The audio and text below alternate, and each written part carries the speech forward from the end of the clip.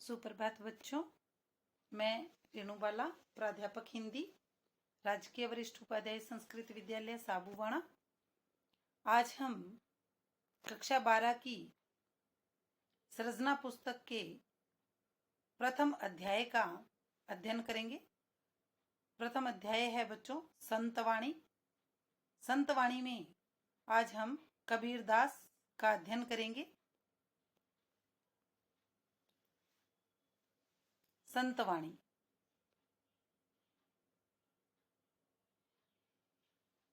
कबीरदास। जन्म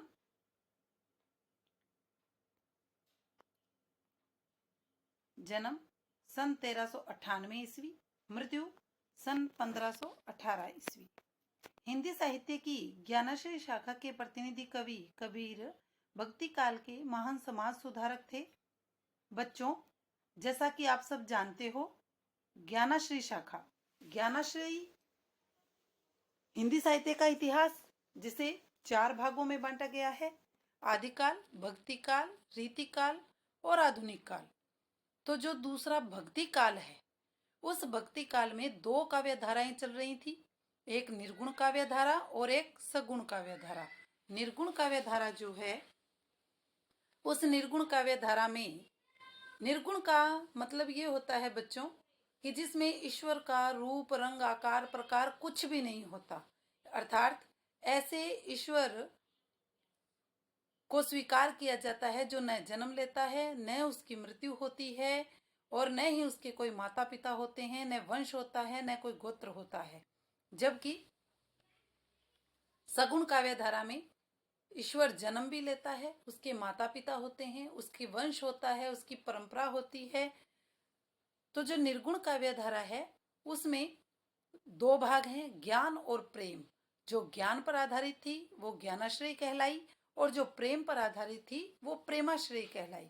ज्ञानाश्रय काव्य धारा जिसे हम संत काव्य धारा के नाम से भी जानते हैं। तो इसी ज्ञानाश्रय शाखा के कबीर प्रतिनिधि कवि थे।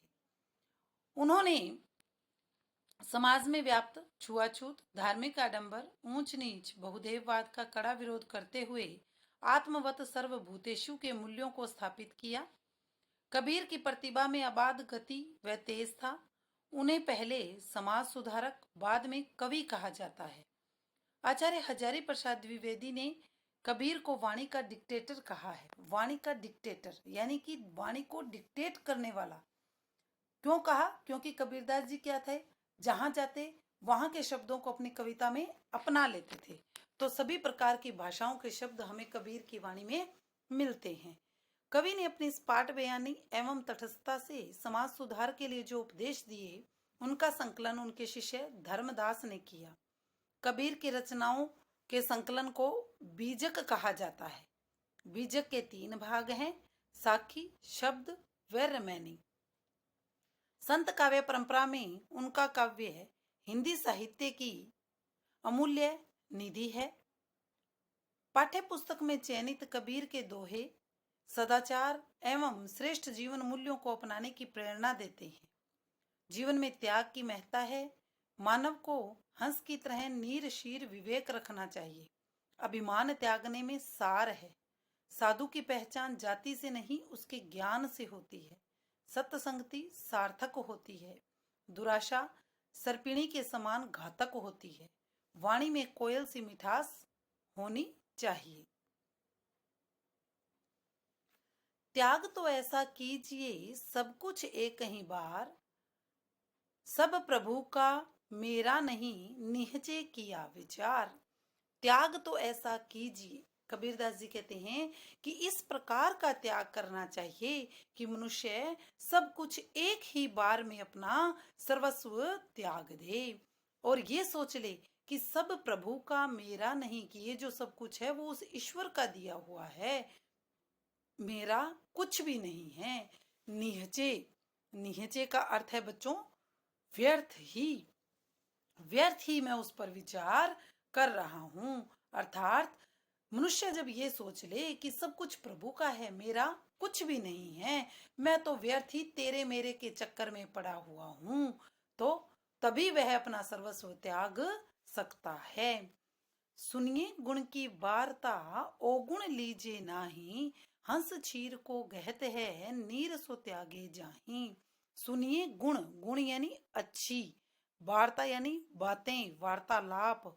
कबीरदास जी कहते हैं कि अच्छी बातों को सदैव सुनना चाहिए, और ओगुण, ओगुण यानी बुरी बातें, और बुरी बातों का हमें सदैव त्याग कर देना चाहिए।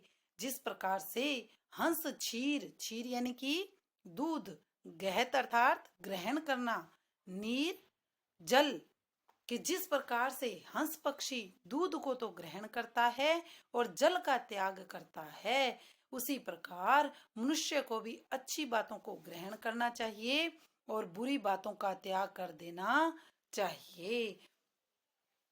छोड़े जब अभिमान को, सुखी भया सब जीव, भावे कोई कछु कहे, मेरे ही निज पीव। छोड़े जब अभिमान, अभिमान अर्थात अहंकार, कि मनुष्य जब अपने अहंकार का त्याग कर देता है तो वह जीव, जीव यानी कि आत्मा, तो वह आत्मा सब प्रकार से सुखी हो जाती है।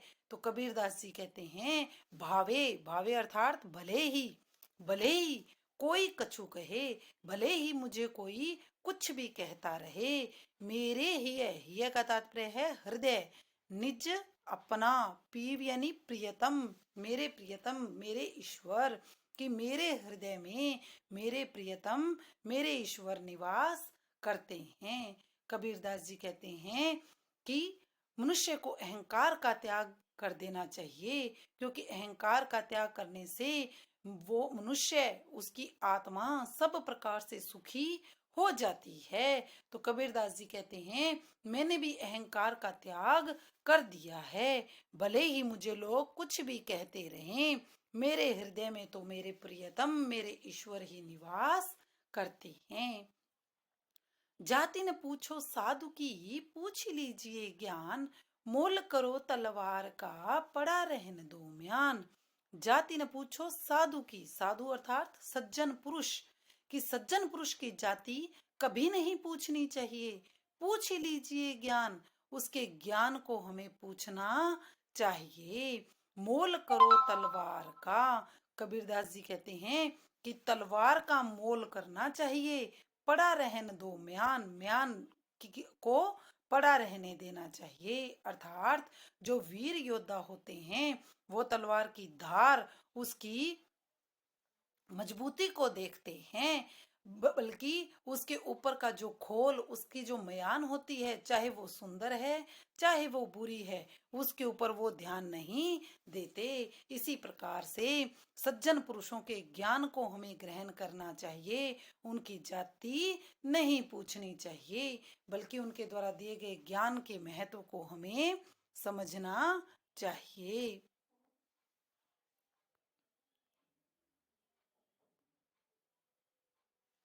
संगत कीजे साधु की, कभी न निष्फल होए, लोहा पारस परसते सो भी कंचन होए।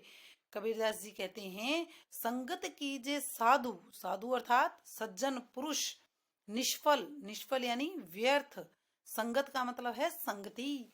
कबीरदास जी कहते हैं कि हमें सदैव सज्जन पुरुषों की संगति करनी चाहिए, वो कभी व्यर्थ नहीं जाती है। जिस प्रकार से लोहा पारस परसते, परस होता है स्पर्श, कंचन होता है सोना, कि लोहा धातु है और पारस पत्थर होता है। जिस प्रकार से लोहे को पारस के स्पर्श मात्र करा देने पर वो सोना बन जाता है, वैसे ही सत्य संगति में, सज्जन पुरुषों की संगति में रहने पर दुर्गुण मनुष्य भी गुणवान हो जाता है। मारिये आशा सांपनी, जिन डसिया संसार, ताकि औषध तोष है ये गुरु मंत्र विचार। आशा, आशा का मतलब है आशाएं, लालसाएं, तृष्णाएं। सापनी, सापनी यानी नागिन। कबीरदास जी कहते हैं कि हे मनुष्य, तू उस आशा रूपी नागिन को मार दे, रूपी यानी यहाँ पर रूपक अलंकार, कि उस आशा रूपी नागिन को अरे मनुष्य तू मार दे, जिसने इस सारे संसार को डस रखा है। ताकि, ताकि से तात्पर्य है उसकी, औषध से तात्पर्य है दवा, तोष से तात्पर्य है संतोष, कि उसकी दवा संतोष है। ये गुरु का दिया हुआ मंत्र है, इस पर तू विचार कर ले।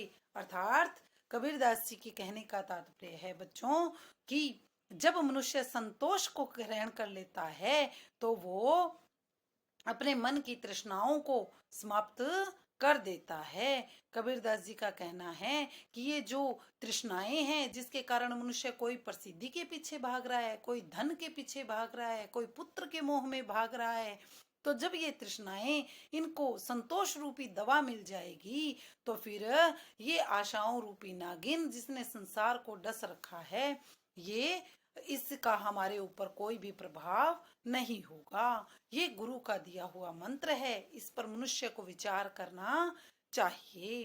कागा काको धन हरे, कोयल काको देत, मीठा शब्द सुनाए के जग अपनो करी लेत। कागा यानी कौआ, काको यानी किसका, हरे का मतलब है चुराना, कि कौआ तो किसी का क्या धन चुराता है, या कोयल क्या किसी को धन देती है, किंतु कोयल मीठा शब्द सुनाए के, किंतु कोयल मीठे शब्द सुना करके जग अपनों करी लेते, इस संसार को अपना बना लेती है। कबीरदास जी कहते हैं कि जिस प्रकार कोयल की मीठी वाणी सुनकर लोग उसको ध्यान से सुनते हैं, लोग उसकी तरफ आकर्षित होते हैं, और जब कौवा बोलता है तो लोग उसे पत्थर मारते हैं, तो इसी प्रकार से मनुष्य को भी मीठी वाणी का प्रयोग करना चाहिए। यदि कोई बात मीठी वाणी के द्वारा कही जाए तो उस बात का महत्व बढ़ जाता है, और वही बात यदि कड़वे शब्दों में कही जाए तो उस बात का महत्व कम हो जाता है। इसलिए मनुष्य को मीठी वाणी का प्रयोग करना चाहिए। धन्यवाद बच्चों। इसके बाद हम तुलसीदास और राजिया राव सोरठा का अध्ययन करेंगे।